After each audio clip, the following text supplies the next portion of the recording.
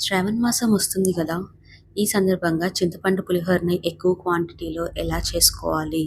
ఈ complete details మొత్తం ఈ వీడియోలో షేర్ చేస్తాను.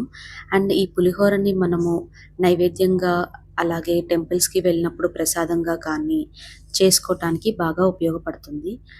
జాయింట్ ఫ్యామిలీస్‌లో ఉన్న వాళ్ళకి, అలాగే కొత్తగా మ్యారేజ్ అయిన వాళ్ళకి ఈ టిప్స్ చాలా బాగా యూజ్ అవుతాయి.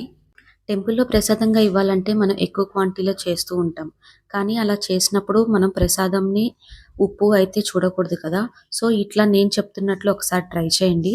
తప్పకుండా మీకు టేస్ట్ చూసే అవసరం లేకుండా అన్నీ కరెక్ట్‌గా సరిపోతాయి. ఇంకా రెసిపీలోకి వెళ్ళిపోదామా? నేనిప్పుడు 1 కేజీ రైస్‌కి సరిపోయేలాగా చెప్తాను. వెల్కమ్ టు వెనారియాస్ వరల్డ్. నేను మీ నవ్య. మీరు ఫస్ట్ టైమ్ నా ఛానెల్ చూస్తున్నట్లయితే సబ్స్క్రైబ్ చేసుకోండి. 1 కేజీ రైస్‌కి 150 గ్రామ్స్ ఆఫ్ చింతపండు అయితే పడుతుంది.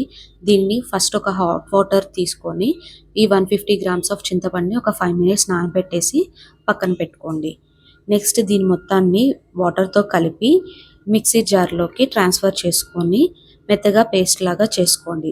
ఒకవేళ మీరు ఇట్లా కాకపోయినా గానీ మీ దగ్గర చిల్లుల గిన్నె గనక ఉన్నట్లయితే దానిలో వేసుకొని కొంచెం కొంచెం వాటర్ వేసుకుంటూ చింతపండు గుజ్జుని సెపరేట్ చేసుకోవచ్చు. నేనైతే ఇలా మిక్సీ పట్టుకొని స్ట్రెయినర్‌లో వేసుకొని స్ట్రెయిన్ చేసుకుంటున్నాను మొత్తాన్ని. నాకిది స్ట్రెయిన్ అవ్వకపోతే నేను దీంట్లో కొంచెం వాటర్ మిక్స్ చేసుకొని స్ట్రెయిన్ చేసుకుంటున్నాను. ఇలా చేస్తే మీకు చింతపండులో ఏమైనా చిన్న చిన్న నలకలు ఉన్నా, లేదంటే ఇసుక అలాంటిదేమైనా ఉన్నా గానీ రాకుండా ఉంటది. సో, లాస్ట్‌కి ఈ కన్సిస్టెన్సీ వచ్చింది నాకు. దీన్నైతే ఒక పాన్ పెట్టేసుకొని, ఇప్పుడు తీసుకున్న చింతపండు రసాన్ని మొత్తాన్ని దాంట్లో వేసుకొని, ఒక 10-15 పచ్చిమిర్చి వరకు చీలికలుగా చేసుకొని దాంట్లో వేసుకోవాలి.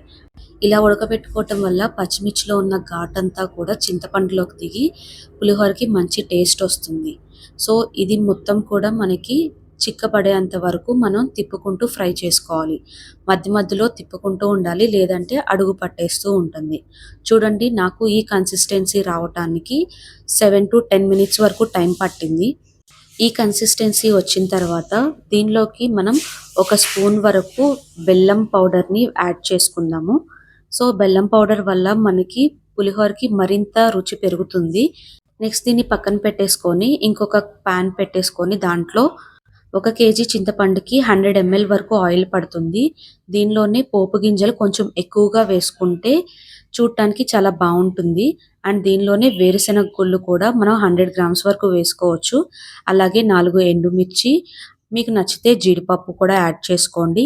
అండ్ అలాగే ఒక రెమ్మ కరివేపాకు వేసుకొని మొత్తం ఫ్రై అయ్యేంత వరకు ఫ్రై చేసుకోవాలి.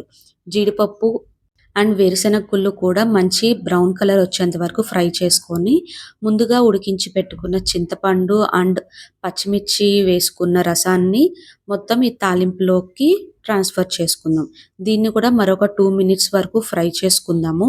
నెక్స్ట్ దీనిలోకి రుచికి సరిపడా సాల్ట్, నేనైతే 2 టేబుల్ స్పూన్ వరకు సాల్ట్ వేస్తున్నాను.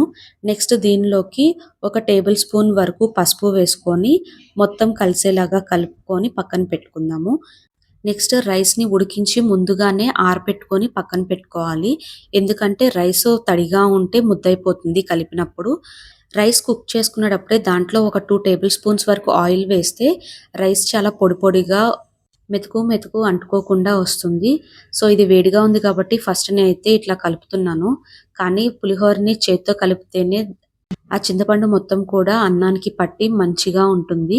సో, ఇలా చేత్తో అయితే కింద నుంచి పై వరకు కూడా అన్నంకి పట్టేలాగా కలుపుకోవాలి. నార్మల్‌గా మనం 1 కేజీ రైస్‌కి తీసుకున్నప్పుడు 50 గ్రామ్స్ వరకు మనకి సాల్ట్ అయితే పడుతుంది. అది మీరు తినే టేస్ట్‌ని బట్టి చూసి అడ్జస్ట్ చేసుకొని వేసుకోండి. ఈ పులిహోరని వరలక్ష్మి వ్రతం ఒక్కదానికే కాదండి, ఏ పండగకైనా కానీ మీరు నైవేద్యంగా ఉపయోగించుకోవచ్చు. పిల్లలకి కానీ, పెద్దవాళ్ళకి కానీ లంచ్ బాక్స్‌లో కూడా ఇది చాలా పర్ఫెక్ట్‌గా ఉంటది. చాలా టేస్టీగా కూడా ఉంటుంది. మీరు కూడా ఒకసారి నేను చెప్పిన టిప్స్‌తో, నేను చెప్పిన మెజర్‌మెంట్స్‌తో ఒకసారి ట్రై చేయండి. రుచి చూసే పని లేకుండా మీకు అన్నీ పర్ఫెక్ట్‌గా సెట్ అవుతాయి. అంతే అండి.